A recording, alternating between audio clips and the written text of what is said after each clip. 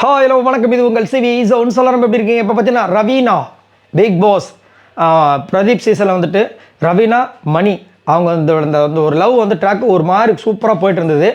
திடீர்னு அவங்க வீட்டிலேருந்து ஒரு ஆண்டியே யாரோ ஒருத்தங்க தான் வந்தாங்க. பிக் பாஸ் வந்து டென்ஷன் ஆகிட்டார். அவங்க ஏதோ வெளி உலக விஷயத்தை வந்து சொல்லியிருப்பாங்கன்னு நினைக்கிறேன் சம்திங். ஆனால் எனக்கு சீசன்லேயே பிக் பாஸ் சீசன்லேயே அந்த ஒரு சீசன் தான் இந்த டான்ஸுக்கு ஆப்டான ஒரு சீசன். ஒரு பக்கம் வந்து பூர்ணிமா, ஒரு பக்கம் மணி எல்லாருக்கும் டான்ஸை கற்றுக் கொடுப்பாரு பாருங்க. அட்டடா வேறு மாதிரி இருக்கும், அவ்வளோ அழகாக இருக்கும். டான்ஸ் பிரியர்களுக்கு அந்த சீசன் ஒரு பெரிய ட்ரீட் தான் சொல்லி ஆகணும், அவ்வளோ சூப்பராக இருக்கும். ஸோ அந்த சீசனில் இருந்த ரவீனா வந்துட்டு இப்போ வந்து ரெட் கார்டு கொடுக்கப்பட்டு வெளியேறிய பார்வதிக்காகவும் கமருதுக்காகவும் ஒரு விஷயத்தை வந்து ஷேர் பண்ணியிருக்காங்க. அது என்னென்னு பார்க்கலாம். அதுக்கு முன்னாடி பார்க்குற எல்லாரும் நம்மளோட சேனலை சப்ஸ்கிரைப் பண்ணி பாருங்கள், லைக் பண்ணுங்கள், கமெண்ட் பண்ணுங்கள், ஷேர் பண்ணுங்கள். இப்போ வாங்க அந்த வீடியோக்குள்ள போகலாம்.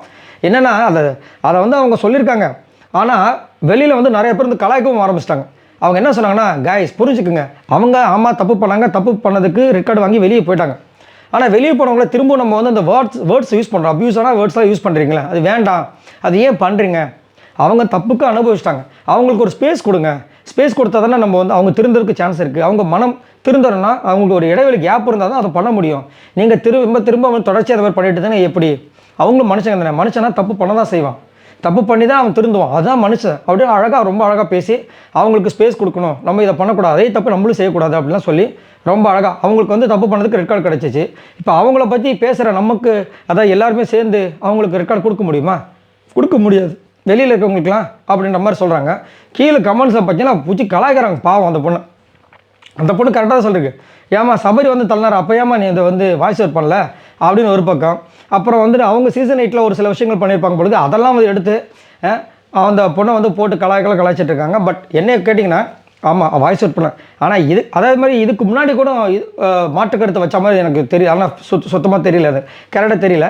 ஆனால் இப்போ என்னென்னா, இதையாவது வாய்ஸ் அவுட் பண்ணாங்களே அப்படின்னு நினச்சிக்கலான்றதான் என்னோட கருத்து. பட் இருந்தாலும் நிறைய பேர் வந்துட்டு ரவீனா வந்து கலாய்க்கக்கூடிய விஷயங்கள் வருது. பட் இருந்தாலும் இதை பற்றி உங்களோட கருத்தில் சொல்லுங்கள். ஏன்னா கனி வந்து ஒரு விஷயம் பேசியிருப்பாங்க, அதை நான் ஆல்ரெடி போஸ்ட் பண்ணியிருப்பேன். எனக்கே ஒரு ஷாக்கு, என்ன கனி வேறு அளவு போங்க அப்படின்ற மாதிரி இருந்துச்சு. அதுதான் கேமர்னா, எனக்கு நீ எதிரினா எதிரி தான், எனக்கு நீ நண்பன்னா நண்பன் தான், அப்படியே விளாண்டுட்டு போயிடணும். அதை விட்டுட்டு நீ என்ன நண்பன் சொல்லிட்டு டக்குன்னு குத்துறதெல்லாம் வந்துட்டு நல்லா இருக்கா. அதை வந்து கனி அழகாக வந்து சொன்னாங்க. விஜய் பார்வதி அதில் வந்து ரொம்ப உண்மையானவங்க அப்படின்னு. சரி, இதை பற்றி உங்களோட கருத்துக்களை சொல்லுங்கள் பாய் நண்பர்களே. அதே மாதிரி நிறைய பேர் வந்துட்டு விஜய் பார்வதி கமருதனை பற்றி சொல்லுங்கன்னு சொல்கிறீங்க.